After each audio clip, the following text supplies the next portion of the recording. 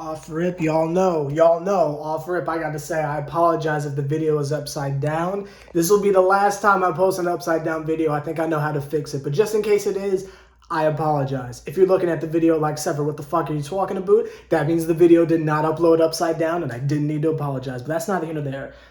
They fucking won, so I'm here for that. That makes us 1-2. I'm beyond here for that shenanigans, but that's neither here nor there. We beat the Indiana Fever.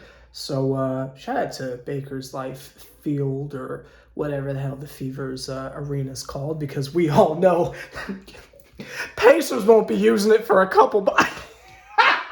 Sorry, did not mean to laugh at the Pacers. Shout out Karis LeVert, but that's not into there. I'm gonna try to do this review a little bit differently. I'm gonna try to jump out the window and give it a proper review. I'm starting to remember people's names now, and I'm putting names with faces, so let's just go up and down. Let's go up and down and talk about it. First of all, you see the title of the video. How the hell was Shekinah Stricklin? I think I got her name right. My bad. I'm not looking at anything, so my bad if I'm getting names wrong. But how the hell is Shekinah Stricklin? How the fuck was she on the bench for the first 2 games? Was the motherfucker hurt and I just didn't know it? The second she checks in, I said to myself, where have I heard this name before? And she sprays a fucking 3 immediately, fresh off the bench, collecting fucking dust at the end of the bench right next to Ari. And I'm just like, oh, that's where I remember her from. She's the motherfucker that shoots the threes. Starts out, I think she made her first 3 threes. I might be wrong. Maybe it was first 2. I'm not quite sure. I just know she was shooting.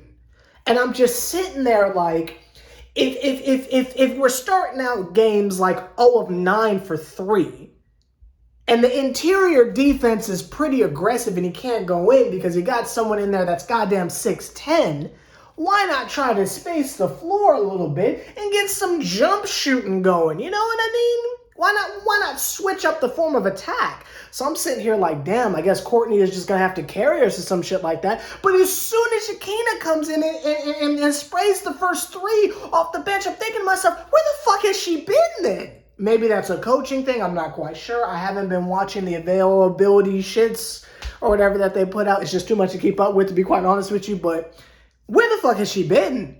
Welcome back, goddammit. I don't know why she's been strapped into the bench like that. I wasn't sure how to feel about that, but I'm happy she fucking played. Happy she got out there and did her thing. Defensively, too. Played really good. Okay, thanks, Sever. Crystal Bradford. I think I got that right. My bad if I got it wrong. Crystal Bradford, the fucking hustle, the literal range, and I'm not talking about the looks. I ain't talking about the looks. I'm talking about the literal fucking range of the jumpers. The hustle, the defense, the range. I mean, I loved every second of that combination of like her and Courtney Williams out there just handling business. Always there with the quick little backdoor cut. They make the eye contact, pocket pass that motherfucker, quick rebound. I love that shit. If you ask me, that's the Sever the Bomb player of the game. To me, y'all are probably going to say Courtney Williams or Candy Carter, but I'm going to say it's Crystal Bradford, because if she don't play, if she don't have the game that she had, we'd have lost 3 in a row. I thought she played really well. Unsung hero to the highest possible degree. You need that type of effort out there. You need that type of muscle out there to lock niggas down and put them in their motherfucking the fucking basement. Everyone in Indiana, back to the fucking basement, back to the fucking lottery. You ain't fucking with the dream. But that's not here nor there. Just to me, that was a standout performance. Then you got Tiffany Hayes. You all know my favorite player on the team. But if you were following the things I was saying on Twitter, I have to say, she might really need to look into some like legal help or something like that. Maybe get like a Maxine Shaw, attorney at law, something like that. Like, I don't know, get the strong on you. I don't know what you got to do, but you know, find yourself an attorney or something like that, because these fucking refs are out of pocket as hell. Now, I have been warned by a couple of y'all that the referee work in the WNBA is beyond suspect. This shit is despicable. I mean, is it gonna take her losing a lock? Is that what it's gonna take before you call a fucking foul? She goes in there and just gets fucking mauled. She had this one layup where, like, she gets the, I'm assuming, offensive board. Yeah. She gets the offensive board and goes back up while she's being pushed in the fucking spine, pushing this motherfucker's scapula. Is that in the spine? Hush. Pushes her in the fucking spine, and she's having to finish the shit like this. No call whatsoever. Then trips over a motherfucker's leg. No call whatsoever. But yet she got into foul trouble. So you can call shit on... Listen.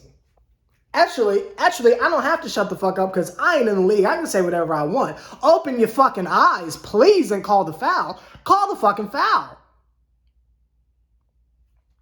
Kennedy Carter. To me, I'm getting Westbrook vibes. Now, I don't mean that as an insult, because I know anytime you compare someone to Westbrook, it's almost like shade is attached over to it. I don't feel that way. I've watched a lot of Russ, and I get the exact same vibes when I watch Kennedy. Honestly. The aggression, the effort, the motor, again, sometimes being out of control, but that's the type of energy I get. Having the court vision, but also at the same time, tunnel vision in terms of just fucking foot on the gas to the goddamn rim.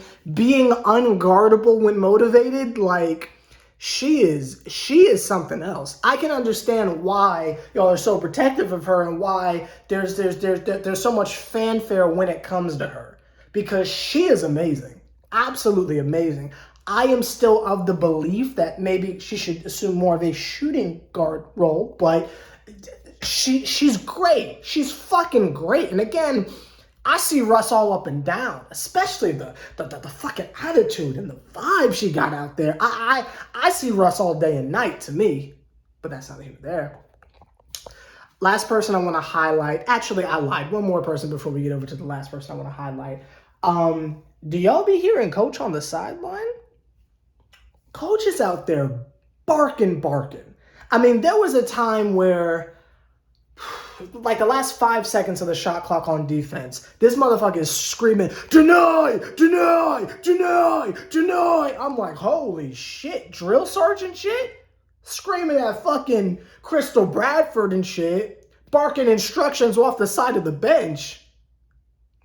You would never catch me raising my voice at Crystal Bradford, but that's not here or there. But not that that is a negative or anything like that. It's just he seems like such a swell and easygoing guy in the interviews, but I guess when it's coaching time, it's no fucking joke over there. Odyssey Sims, I like her leadership. And I love her floaters. Just want to throw that out there randomly. Ari didn't play. Don't know why, but didn't play. It's okay because we got the dub. I just wanted to throw it out there for anyone who might have been wondering. And last but not least, not because I didn't see anyone else play or I don't have any opinions, but just because I'm running out of players who I know their names, but Courtney Williams. Courtney Williams is, again, another unsung hero. And I see a lot of backlash, not just on here, but a lot of backlash isn't the right word. I just don't see where the love is. When it's time for the jokey jokes and we're talking about like personality and the yucks and all that shit, I feel like there's so much love. If you want to talk about who's literally dripping from head to toe with the goddamn sauce, okay, yeah, no doubt, no duh. But why aren't we talking about her on the court abilities? She be out there looking like Chris Paul on the low. Amazing defense, not just hustle, great defense. A silky smooth jumper that's just, mid-range on lock. Get a little hezzy step back, spraying the three and shit. a real on-the-court general with the fucking nifty passes and shit like that seems just as excited to get an assist as she is to score.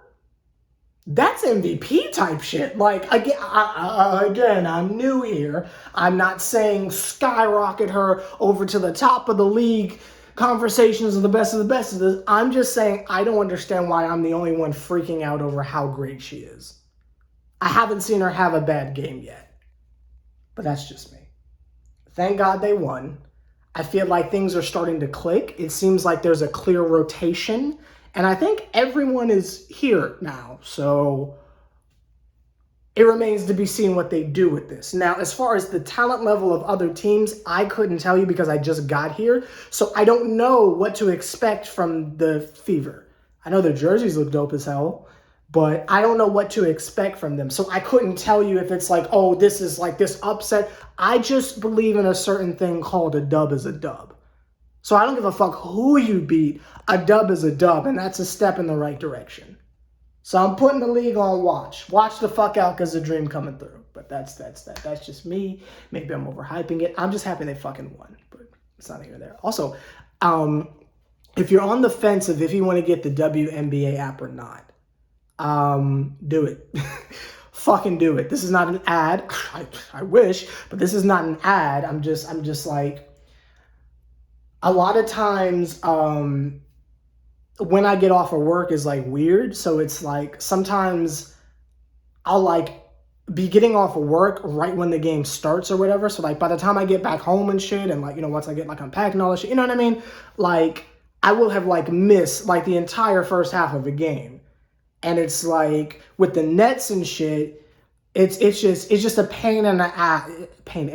It's a pain in the ass to like set the DVR and make sure I have it recording. And if something happens, I miss the whole thing or something like that. And League Pass is weird about if it's on a national broadcast or some shit like that. I don't have those type of issues with WNBA League Pass. It's not blacked out. Like, I don't have any of those fucking issues. There's even a feature on there where if the game is going live, you can just watch the shit from the beginning. I fucks with the WNBA app. A lot of people talking shit about the app. I think it's fucking fire. And if you have a life outside of watching basketball, which I assume we all do, I suggest it immensely. That might not be the right word. I don't know. But I would suggest it. Anyway, like, comment, subscribe, H3T, see the Triple OG putting as much work as me do, favorite point him out. Damn, I have not said my outro in several years, but yeah. Let me know what you thought of tonight's game. And again, if you fuck with the Atlanta Dream, come fuck with the kid and subscribe. I'll see y'all for our next game. Don't know who we play. I think it's the Sky again. I think we're going to Chicago. I feel like that's what we're doing. Fingers crossed Candace Parker doesn't play. But that's not here or there. I'll see y'all motherfuckers then. Let me know what you thought of the game down below. And I'll see y'all later. Hey.